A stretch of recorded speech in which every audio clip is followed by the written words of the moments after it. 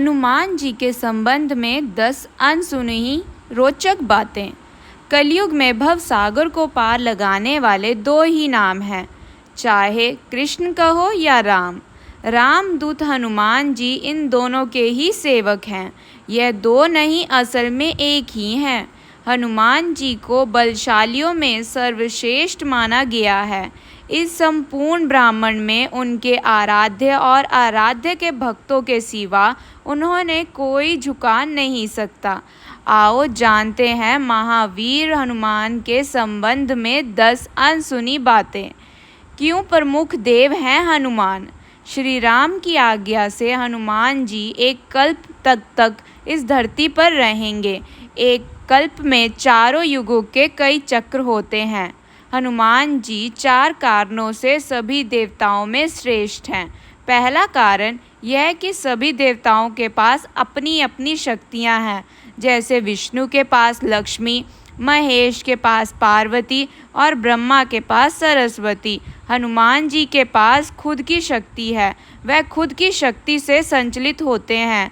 दूसरा कारण यह है कि वह इतने शक्तिशाली होने के बावजूद ईश्वर के प्रति पूर्ण समर्पण है। तीसरा यह है कि वह अपने भक्तों की सहायता तुरंत ही करते हैं। और चौथा यह कि वह आज भी सशरीर हैं। इस ब्रह्मांड में ईश्वर के बाद यदि कोई एक शक्ति है तो वो है हनुमान जी। महावीर विक्रम बजरंग बली के समक्ष किसी भी प्रकार की मायावी शक्ति ठहर नहीं सकती। दूसरी, भक्तों को दिए दर्शन। हर युग और हर समय में उन्होंने श्री राम, श्री कृष्ण या अपने भक्तों को दर्शन दिए हैं। भीम और अर्जुन ने द्वापर युग में हनुमान जी के दर्शन किए थे। वहीं कलयुग में तुलसीदास जी, समर्थ रामदास, भक्त माधव दास, नीम करोली बाबा, राघवेंद्र स्वामी आदि कई लोगों ने उन्हें साक्षात दर्शन किए हैं। तीसरा, गंधमादन पर्वत। कहते हैं हनुमान जी नेपाल तिब्बत सीमा पर स्थित गंधमादन पर्वत पर रहते हैं और वह वहाँ पर रहते हैं जहाँ पर रामायण का पाठ होता है। जगन्नाथपुरी की रथ यात्रा वह भी वहाँ पे ही विराजमान है। चौथा, हनुमद रामायण। सर्वप्रथम श्री राम की कथा भगवान श्री शंकर ने माता पार्वती जी को सुनाई थी। उस कथा को एक कौवे ने भी सुन लिया था। उसी कौवे का पूर्ण जन्म काग भूषुगणी के रूप में हुआ। उन्होंने भगवान गरुड़ को कथा सुनाई थी, परंतु वाल्मीकि रामायण से पहले हनुमान जी ने रामायण को एक शिला पर लिख दिया था। हनुमान जी ने एक शिला मतलब चट्टान पर अपने नाखूनों से ये लिखा था।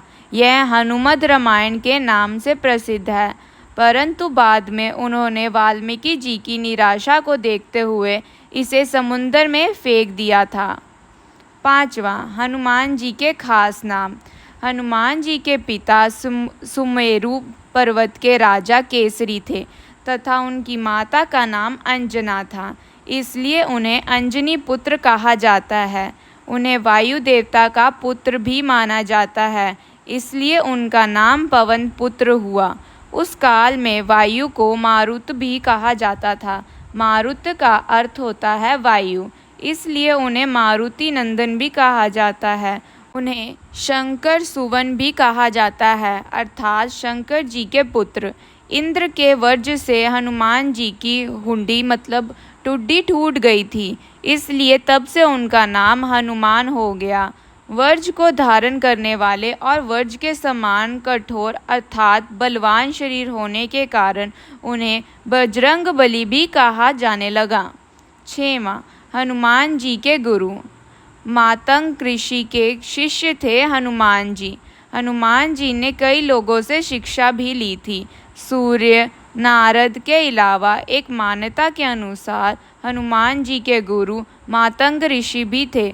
मातंग ऋषि शबरी के भी गुरु थे। कहते हैं मातंग ऋषि के आश्रम में ही हनुमान जी का जन्म हुआ था।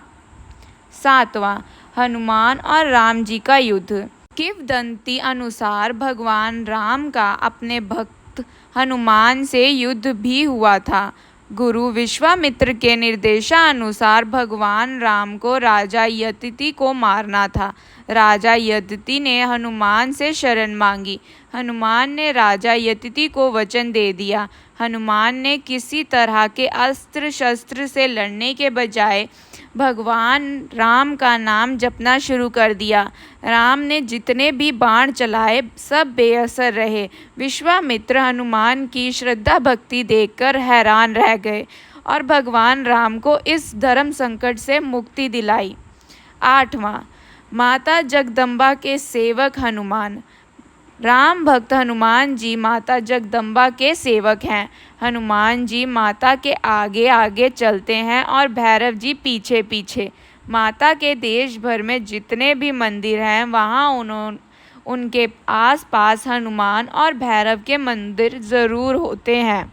हनुमान जी की खड़ी मुद्रा में और भैरव का कटा सिर होता है।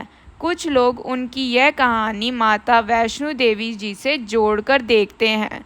भगवान श्री राम और माता दुर्गा की कृपा चाहने के लिए हनुमान जी की भक्ति ज़रूरी होती है। हनुमान जी की शरण में जाने से सभी सुख सुविधाएं प्राप्त होती हैं।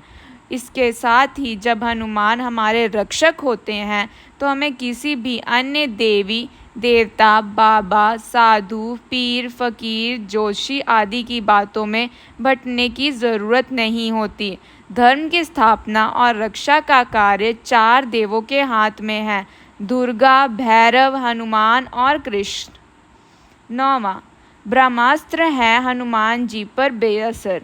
हनुमान जी के पास कई वरदानगी शक्तियाँ थीं, लेकिन फिर भी वह गैर वरदानी शक्तियों के भी शक्तिशाली थे। ब्रह्मदेव ने हनुमान जी को 3 वरदान दिए थे, जिनमें उन पर ब्रह्मास्त्र बेअसर होना भी शामिल था, जो अशोक वाटिका में काम आया। 10वां, हनुमान जी को जब मिला मृत्युदंड। ऐसी भी किंवदंती है कि भगवान राम जब राज सिंहासन पर विराजमान थे तब नारद ने हनुमान जी से विश्वामित्र को छोड़कर सभी साधुओं से मिलने के लिए कहा। हनुमान जी ने ऐसा ही किया। तब नारद मुनि विश्वामित्र के पास गए और उन्होंने उन्हें भड़काया। इसके बाद विश्वामित्र गुस्सा हो गए और उन्होंने इसे अपना अपमान समझा।